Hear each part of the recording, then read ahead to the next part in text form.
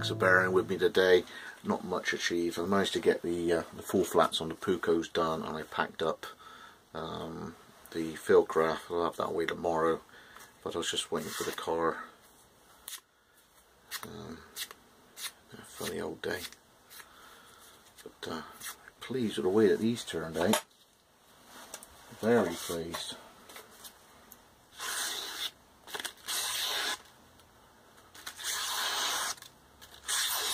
Super light now, obviously, because I've took a fair amount of steel away, being a full flat grind, and the weight of this now is next to nothing.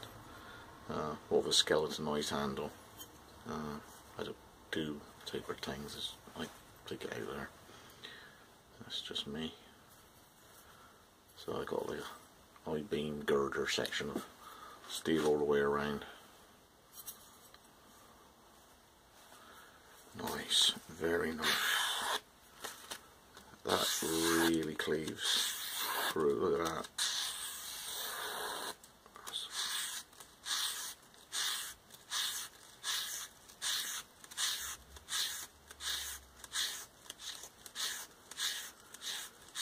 As Brother Dell would say, curly cues of goodness. Happy with that. Thanks for joining me again. What I thought I might do is maybe once a week I'll do a question and answer sort of thing at the end of one of my videos. So if you've got any sort of queries, one bloke asked how I ended up getting down the bevel of a, making sure that the bevel's in the centre, you know, the cutting line's in the centre of the bevel. And by me setting the angle on the platen, of course, if I've got the same height on both sides, one would think I've got the thing down the middle. As you know, ballpark is in the centre.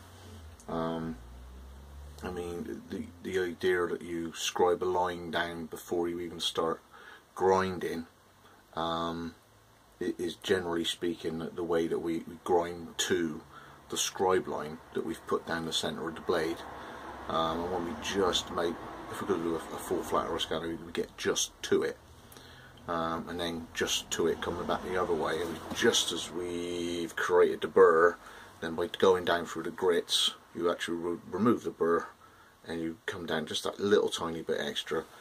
That would keep the centre line of your grind down along the length of the blade.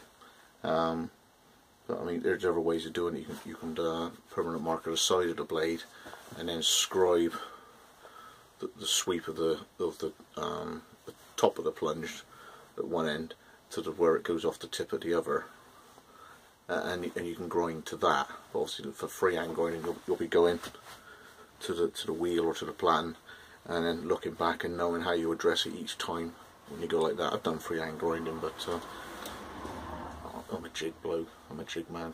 It's just, it allows me to know that I've got exactly what that thing is. I haven't had to anyway fudge it too much as you're pushing in or leaning back on the blade as you're addressing it to the platen.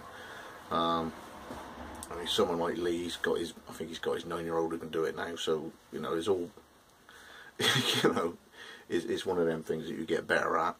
But I've whether I've been playing bass too long or whatever, there isn't much there for my thumping great fingers. So I'm a jig chappy, so it's all to centre line, or you could actually go to the top of a plunger line, and if you've got the same angle on the jig, or you've got the same angle on your platen, and your jig's at 90, then if you've gone to the same height on both sides of the blank, unless your blank's skew with, or your blank is different in thickness along its length, you should be generally pretty much central. And obviously you can go along and look, and eventually you can work to the blade, and if you're high on one side and low in the middle, you'll know you just got to go gentle there and then grind harder in the middle in order to bring your grind up, which is the happy smiley sort of things we go on about when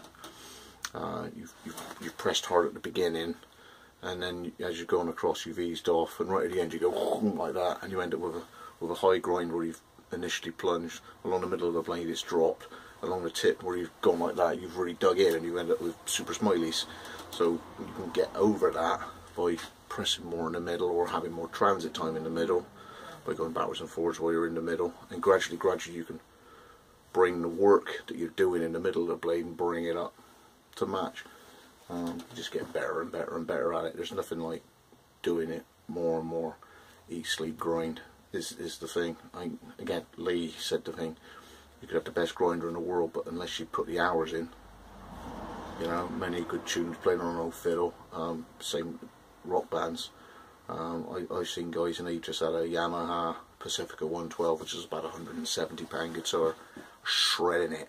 Alright, they are a good player, and you give them a mediocre Epiphone, mediocre Yamaha, and they'll rip it to pieces. Absolutely, just play all night long and perfect, absolutely spot on. You know, a good player on a reasonable guitar will be fine. Good player on an awesome guitar really lifts the level, but they can get, you know, you'd have to be an expert to hear the difference. You know what I mean? So it's all horses for courses, but if you need to keep your grind down the middle, there's a couple of options. So that's the sort of tips and tricks sort of thing I was doing with this chap's query. So if you got any sort of ideas, shop tour isn't really that much of a, it's not exactly Disney World, my garage. If I miss out on the mushrooms and the mouldy hardboard, I'll be round in about 4 minutes, I suppose. But I could do a shop tour in the next couple of days, explain why I've got everything in certain positions. Generally speaking, just where the water don't come in, but yeah, the Wessex dungeon. But hey, thanks for joining me again. I got the old do and do and do and do. If you want to plod on and go somewhere else with your playlist, I think I've got a bushcraft one up in that corner. But thanks for joining me again. Let's go Wessex Blades.